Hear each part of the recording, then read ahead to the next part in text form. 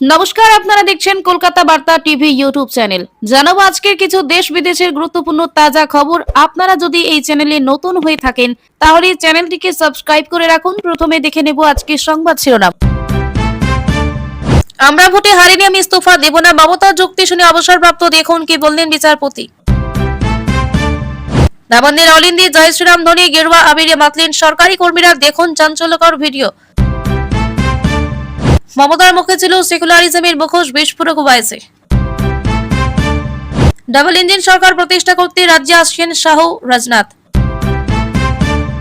BJP সরকারের গুরুত্বপূর্ণ পদে দিলীপ ঘোষ, মুখ খুললেই কি বলল অধিনায়ক। কলকাতায় টিএমসি কাউন্সিলরদের বিজেপিতে যোগদান ঘিরে জোর জল্পনা, পালাবদলের পর এবার কি দল বদলের পালা। আমি এখন ফ্রি বার্ড, হারিবার প্রথমবার সাংবাদিক বৈঠকে মমতা। 100 আসন জুড়ে মমতার সঙ্গে ফোনে কথা রাহুলের, শীঘ্রই বৈঠকে বসতে চলেছে ইন্ডিয়া জোট। অরূপ বিশ্বাসের পার্টি অফিস দখল বিজেপির, জেলায় জেলায় অশান্তির ছবি।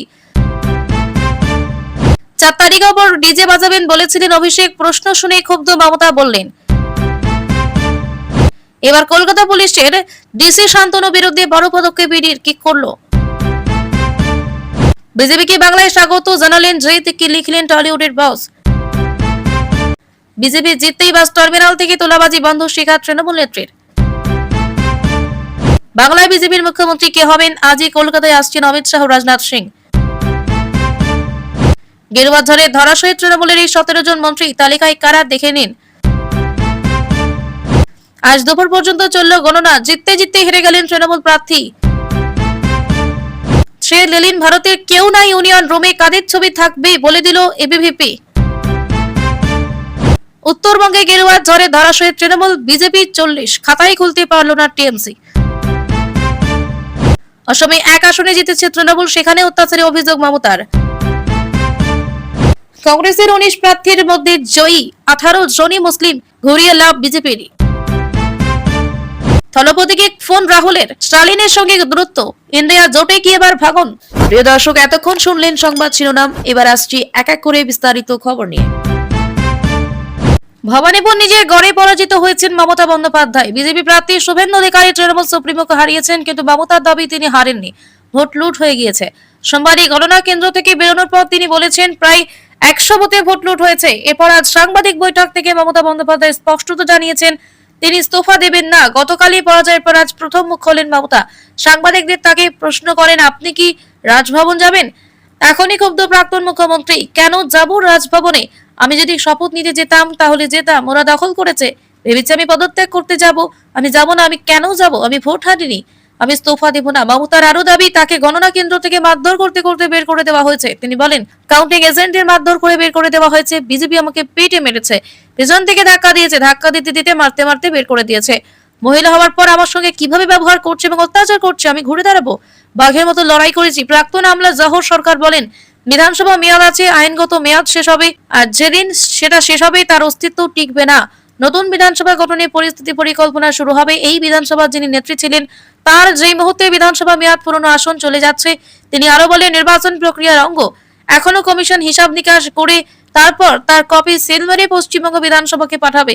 বিধানসভায় পাওয়ার পর শুরু হবে তাদের প্রতিক্রিয়া। তারা জানে একটা বিধানসভা সেশনের আয়ু ফুরিয়েছে, তখন তারা সার্টিফিকেট অব ইলেকশন ইস্যু করবেন নতুন বিধায়কদের। তখন প্রশ্ন উঠবে, পুরনো আমলাদের বিধায়ক মানছেন কি মানছেন না। প্রাক্তন বিচারপতি দেবাশিস করগুপ্ত বলেন, সংবিধানে 164 ধারা বলছে রাজ্যপাল মুখ্যমন্ত্রীকে শপথ বাক্য পাঠ করাবেন। এক্ষেত্রে বিদায়ী মন্ত্রিসভার মেয়াদ নির্বাচনী ফলাফল আসার পরই শেষ হয়ে যায়, কিন্তু প্রথা অনুযায়ী তারা পদত্যাগপত্র পৌঁছানোর পর পুরনো মুখ্যমন্ত্রীকে নিয়োগ করা যেতে পারে এই 2-3 দিনের জন্য কেয়ারটেকার মুখ্যমন্ত্রী হিসাবে। এখন যদি পদত্যাগ না করলে সমস্যা নেই, এখানে রাজ্যপাল পরবর্তী পদক্ষেপ করতে পারে। সোমবার বাংলার মসনদ থেকে তৃণমূলের বিদায় নিশ্চিত হতেই মঙ্গলবার নজিরবিহীন দৃশ্যের সাক্ষী থাকলো রাজ্যের প্রধান প্রশাসনিক ভবন নবান্ন। যে ভবনে অল ইন্ডিয়া গত 1.5 দশক ধরে ঘাসফুল শিবিরের দাপট ছিল, সেখানে আজ শোনা গেল জয় শ্রীরাম এবং ভারত মাতা কি জয় ধ্বনি। শুধু স্লোগান নয়, রীতিমতো গেরুয়া আবির খেলে বিজয় মিছিল করে নতুন সরকারকে স্বাগত জানালেন সরকারি কর্মীদের একাংশ। নবান্নে গেরুয়া বসন্ত 207টি আসনে জিতে বিজেপি ক্ষমতায় আসতেই মঙ্গলবার সকাল থেকে নবান্নের মেজাজ ছিল একদম আলাদা। মহিলা থেকে পুরুষ অনেক সরকারি কর্মীকে দেখা গেল একে অপরকে গেরুয়া আবির মাখিয়ে উল্লাস করতে। তাদের হাতে ছিল বিজেপির পতাকা। অনেকের মতে দীর্ঘ 15 বছর পর এক গুমোট পরিস্থিতির অবসান ঘটল। এক কর্মী সমর্থক সংবাদ মাধ্যমের সামনে দাবি করেন, এতদিন ভয়ে ভয়ে কাজ করতে হতো, আজ থেকে সেই ভয়ের মুক্তি ঘটল। ডিএ এবং বঞ্চনার দাবি উচ্ছ্বাসের মাঝে উঠে এলো কর্মীদের দীর্ঘদিনের বঞ্চনার কথা। বিশেষ করে মহার্ঘ ভাতা বা ডিএ নিয়ে ক্ষোভ উগরে দিলেন অনেকেই। আন্দোলনকারী কর্মীদের দাবি, তারা গত কয়েক বছরে অনেক বঞ্চনার শিকার হয়েছেন। নয়া সরকারি কাজে তারা পাহাড় প্রমাণ আশা তাদের। তারা মনে করছেন নতুন সরকার ক্ষমতায় আসায় এবার তাদের ন্যায্য দাবি দাবা পূরণ হবে। বাইরের উত্তেজনা এবার অন্দরে উল্লেখ্য। সোমবার ফল স্পষ্ট হতে নবান্নের বাইরে বিজেপি সমর্থকদের উন্মাদনা দেখা গিয়েছিল, কিন্তু মঙ্গলবার সেই ছবিটা ঢুকে পড়ল নবান্নের অন্দরেও। প্রশাসনিক কাজ চললেও কর্মীদের একাংশ হাততালিতে মুখরিত হয়ে ওঠে গোটা ভবন। রাজনৈতিক মহলের মধ্যে নবান্নের অন্দরে এই মেজাজ পরিবর্তন আসলে রাজ্যে ঘটে যাওয়া বড়সড় রাজনৈতিক পরিবর্তনেরই প্রতিফলন। অল ইন্ডিয়া মজলিসে ইত্তেহাদুল মুসলিমিন প্রধান আসাদুদ্দিন ওয়াইসি পশ্চিমবঙ্গের রাজনীতিতে এক বড় বিস্ফোরণ ঘটিয়েছেন। তিনি স্পষ্ট বলেছেন, মমতা বন্দ্যোপাধ্যায়ের বাইরের রাজ্যে যে লিবারেল ও সেকুলার ইমেজ তৈরি হয়েছিল তা সম্পূর্ণ ভুল। তিনি অভিযোগ করেছেন যে মমতা মুসলিম সম্প্রদায়কে শুধু ভোট ব্যাংক হিসেবে ব্যবহার করেছেন, নাগরিক হিসেবে কখনোই তাদের সঠিক মর্যাদা দেননি। তার আমলে বিপুল দুর্নীতি হয়েছে বলে মন্তব্য করেছেন তিনি। হায়দ্রাবাদে এক অনুষ্ঠানে ওয়েসি বলেন, পশ্চিমবঙ্গের বাইরে মমতা বন্দ্যোপাধ্যায়ের যে লিবারেল ও সেকুলার ইমেজ তৈরি হয়েছে তা ভুল। তিনি মুসলমানদের শুধু ভোট ব্যাংক হিসেবে শোষণ করেছেন, নাগরিক হিসেবে তাদের দেখেননি। তার প্রশাসনের বিপুল দুর্নীতি হয়েছে, এসআইকারও একটা ফ্যাক্টর। কিন্তু যদি তৃণমূল মুসলিমদের নাগরিক হিসেবে দেখত এবং শুধু ভোট ব্যাংক হিসেবে নয়, তাহলে আরো অনেক বেশি উন্নয়ন হতো। ওয়েসির এই মন্তব্য যা রাজ্য রাজনীতিতে নতুন করে আলোচনার ঝড় তুলেছে। দীর্ঘ 13 বছরের তৃণমূল শাসনকালে মমতা বন্দ্যোপাধ্যায় সংখ্যালঘু তোষণের রাজনীতির জন্য ব্যাপকভাবে পরিচিত ছিলেন। মাদ্রাসা শিক্ষা, ইফতার পার্টি, সংখ্যালঘু স্কলারশিপ সহ নানা প্রকল্পের মাধ্যমে মুসলিম ভোট তিনি নিজের দিকে ধরে রেখেছিলেন। কিন্তু ওয়েসির অভিযোগ, এইসবের আড়ালে সত্যিকারে উন্নয়ন হয়নি। মুসলিম যুবকদের শিক্ষা, কর্মসংস্থান, আর্থসামাজিক উন্নয়নে কোনো বড় অগ্রগতি দেখা যায়নি, বরং তাদের ভোটের রাজনীতিতে ব্যবহার করে ক্ষমতা ধরে রাখা হয়েছে।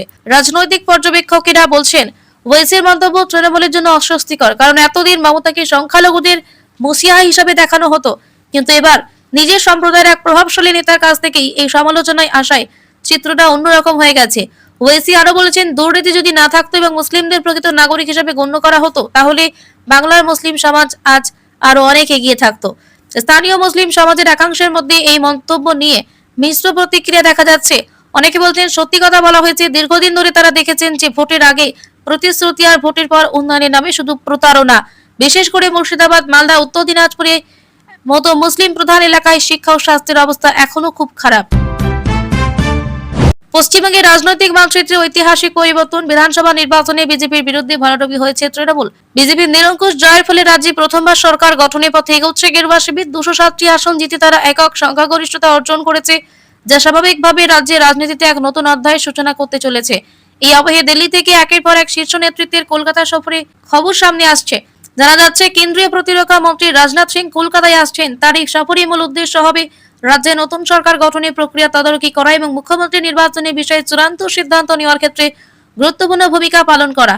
পাশাপাশি কেন্দ্রীয় স্বরাষ্ট্রমন্ত্রী অমিত শাহ কলকাতার সফরের সম্ভাবনা রয়েছে বলে সূত্রের খবর। ফলে স্বাভাবিকভাবে রাজনৈতিক মহলে জল্পনা তুঙ্গে উঠেছে। সবচেয়ে বড় প্রশ্ন, এখন কে হবেন পশ্চিমবঙ্গের পরবর্তী মুখ্যমন্ত্রী? এ নিয়ে ইতিমধ্যে একাধিক নাম সামনে এলেও রাজনৈতিক মহলের একাংশ মনে করছে যে শুভেন্দু অধিকারী এই দৌড়ে অনেকটাই এগিয়ে রয়েছেন।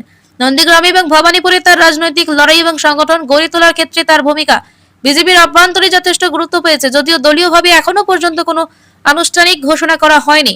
তবে শুভেন্দুকে ঘিরে জল্পনা ক্রমশ জোরালো হচ্ছে। এদিকে বিজেপি শিবির ইতিমধ্যে সরকার গঠনের প্রস্তুতি শুরু করে দিয়েছে। সূত্রের দাবি, মুখ্যমন্ত্রী নির্বাচনের প্রক্রিয়া সম্পন্ন হলেই দ্রুত শপথ গ্রহণ অনুষ্ঠান আয়োজন করা হবে। রাজ্য বিজেপি নেতারা একাধিক বৈঠক করছেন এবং প্রশাসনিক কাঠামো কিভাবে সাজানো হবে তা নিয়ে আলোচনা চলছে। নতুন সরকারি অগ্রাধিকার কি হবে, কোন খাতে জোর দেওয়া হবে, সেই সমস্ত বিষয় নিয়ে পরিকল্পনা শুরু হয়েছে বলে জানা যাচ্ছে। রাজনৈতিক বিশ্লেষকদের মতে এই মুহূর্তে বিজেপির কাছে সবচেয়ে বড় চ্যালেঞ্জ হলো স্থিতিশীল সরকার গঠন এবং নির্বাচনী প্রতিশ্রুতিগুলো দ্রুত বাস্তবায়ন করা। দীর্ঘদিনের শাসন পরিবর্তনের পর সাধারণ মানুষের প্রত্যাশা অনেক বেশি। তাই মুখ্যমন্ত্রী নির্বাচনের ক্ষেত্রে দল এমন একজনকে বেছে নিতে চাইবে যিনি প্রশাসনিক দক্ষতার পাশাপাশি রাজনৈতিক ভারসাম্য বজায় রাখতে পারবেন। রাজ্যের রাজনীতিতে পরিবর্তন। দীর্ঘদিন পর ক্ষমতার পালাবদলের আবহে বিজেপির একাধিক পুরনো মুখ আবার নতুন করে উঠে আসছে আলোচনায়। সেই তালিকায় অন্যতম নাম দিলীপ ঘোষ। 1 দশক পর আবার বিধানসভায় প্রত্যাবর্তন ঘটালেন তিনি, তাও নিজের পরিচিত মাটি খড়গপুর সদর থেকে। তবে কি বিজেপির বড় কোনো পদ থেকে দেখা যেতে চলেছে দিলীপ ঘোষকে? এবার এই প্রশ্নই মুখ খুললেন তিনি। কি বললেন দিলীপ ঘোষ? খড়গপুর সদর কেন্দ্রে এবার প্রায় 30,000-এর বেশি ভোটে বিজেপি প্রার্থী দিলীপ ঘোষ পরাজিত করেছেন তৃণমূল প্রার্থীকে। তার জয়ের পর থেকে প্রশ্ন উঠছে, নতুন বিজেপি সরকারি পরিকাঠামোয় তার ভূমিকা হতে চলেছে। প্রাক্তন রাজ্য সভাপতি হিসাবে কি তিনি বড় কোনো দায়িত্ব পেতে পারেন? এ নিয়ে ইতিমধ্যে গেরুয়া শিবিরে অন্দরে শুরু হয়েছে জোর জল্পনা।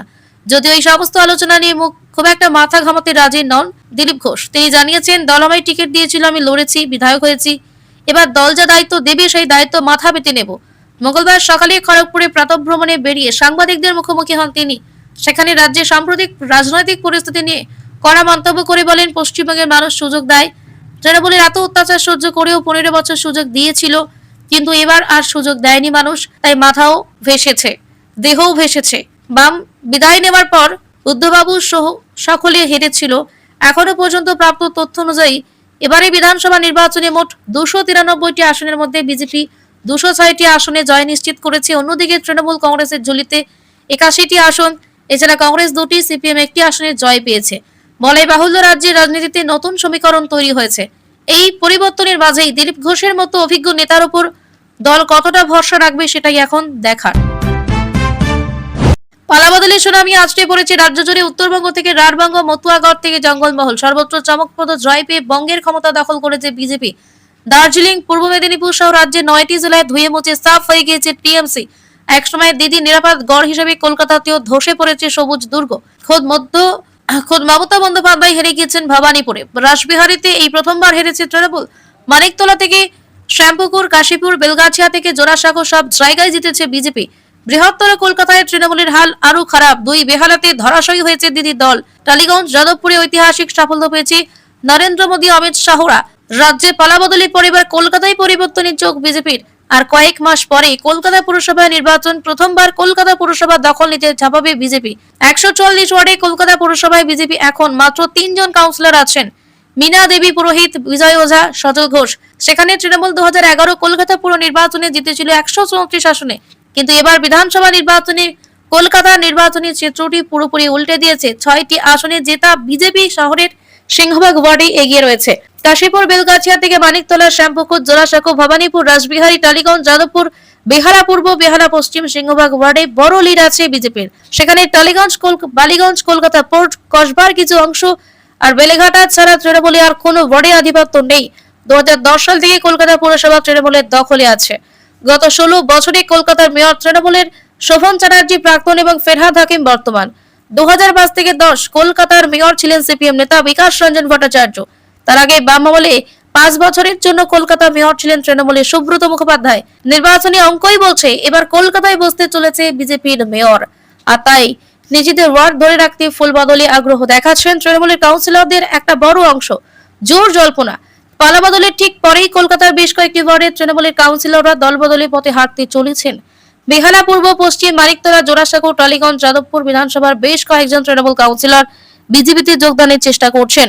ভোটের আগে থেকেই বেহালার দাপুটে তৃণমূল কাউন্সিলর তারক সিং দলবদলের জল্পনা ছিল। পালাবদলের পর সেই জল্পনা আরো বেড়েছে। তারক দে বিধানসভায় টিকিট না পাওয়া নিয়ে তার অসন্তোষের কথা শোনা গিয়েছিল। মেয়র ফেরহাদ হাকিমের সঙ্গে তারক সিং এর সম্পর্ক একেবারেই ভালো নয়। প্রসঙ্গত 118 নম্বর ওয়ার্ডে কাউন্সিলর তারক সিং এর ছেলে অমিত সিং, 117 ওয়ার্ড ও মেয়ে কৃষ্ণা সিং 116 ওয়ার্ড জনপ্রতিনিধি। বেহালায় তৃণমূলের এই সিং পরিবার থেকে 3 জন কাউন্সিলর পরিবার। কলকাতায় 57 নম্বর ওয়ার্ডে কাউন্সিলর জীবন সাহার নামও দলবদলের জল্পনায় ভাসছে।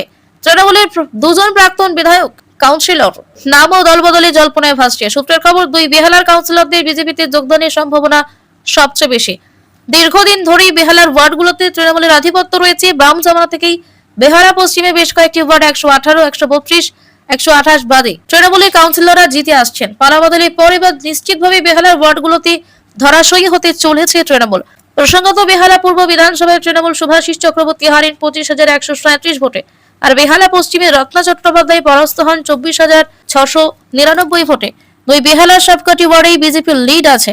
তবে শুধু বেহালা কেন, শহরে প্রায় সব কেন্দ্রগুলোতে তৃণমূলকে নিয়ে যে চরম ক্ষোভ ইভিএমে প্রতিফলিত হতে দেখা গিয়েছে, তাতে এটা পরিষ্কার কলকাতা পুরসভাতেও পরিবর্তন এখন সময়ের অপেক্ষা। এখনই আগ্রহী নয় বিজেপি, তবে তৃণমূলের কাউন্সিলরদের একাংশ যতই আগ্রহ দেখান তখনই বিজেপি নেতৃত্ব দলবদলী নেতাদের বিষয় আগ্রহী নয়। কলকাতা পুরসভার ভোট এখনো মাস ছয়েক বাকি আছে। কলকাতা পুরসভার ভোট ভিত্তিক বিশ্লেষণ প্রস্তুতির জন্য আরও কিছু সময় নিতে চান বিজেপি